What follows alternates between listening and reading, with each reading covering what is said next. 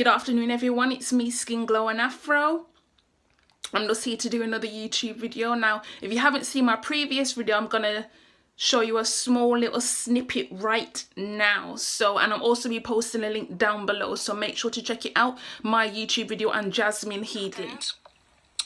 They pulled her son off her, and I'm about to show you the video. It's quite disturbing actually.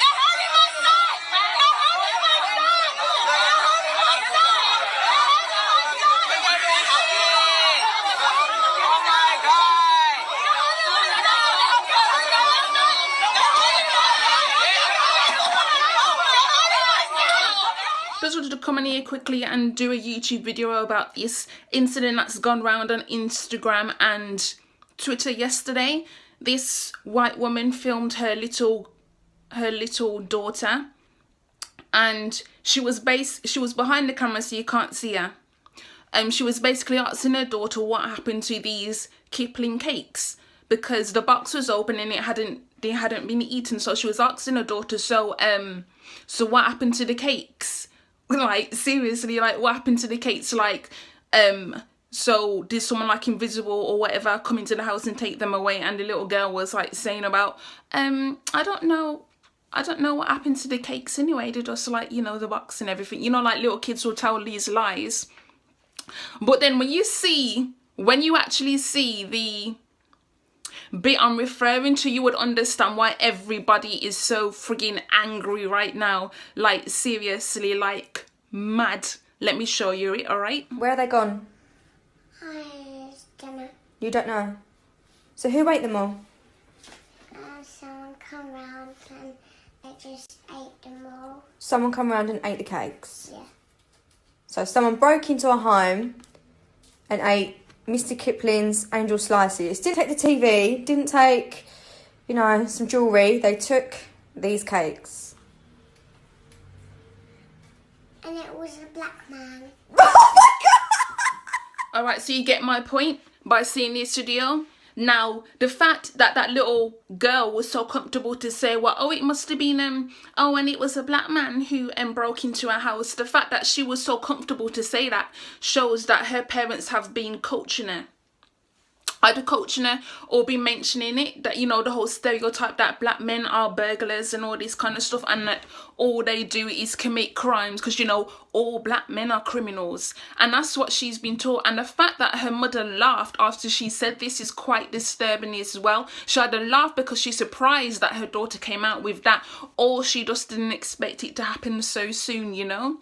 Like, you got to be very, very careful with what you teach your children, because this girl is between ages of 2 to 4, and at that age children tend to mimic what their parents do and what their parents say. And especially if you as a parent have been teaching your child to be saying this kind of things about black people, of course your little white girl or white son is going to be imitating what you are saying and spreading that out. So I kind of understand why people are, you know, acting so angry about this situation, because everyone was saying, oh, it was so cute at first, and it was cute at first. And then she said, well, someone broke into our house and they ate the cakes. And the mum was like, well, so he didn't take any money, he didn't take the TV or anything, but he took the cakes. And she was like, yeah, and it was a black man. You see what I'm saying? Like, indoctrination is so real. Like, these children are being socially conditioned to believe the lies that white people have been teaching them.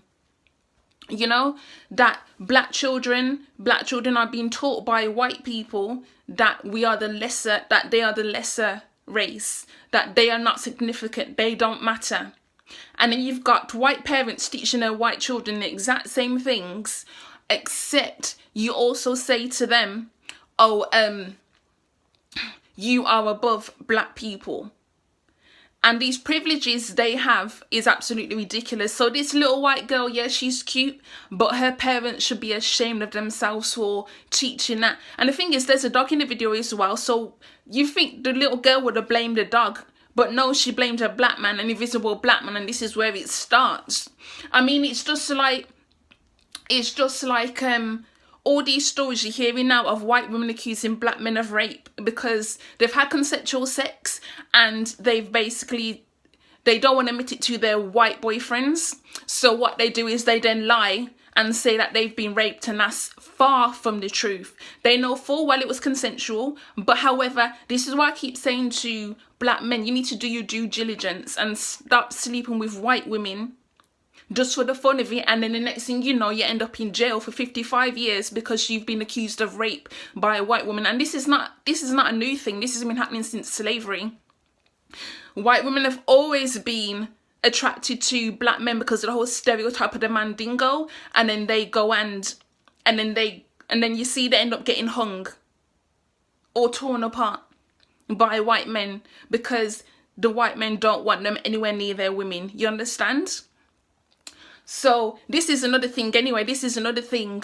White women being taught from when they were children that black people are bad. And this little girl is probably going to grow up thinking that for like a long time. So you know what? I can't even manage. You understand? This is what you're teaching your pitney. This is what you're teaching her. You should be ashamed of yourself. All right? You need to fucking do better. And this is my final point anyway. Because, you know, they don't want to hear me anyway. They're probably going to say, oh, I'm just racist. Okay? Racist, please.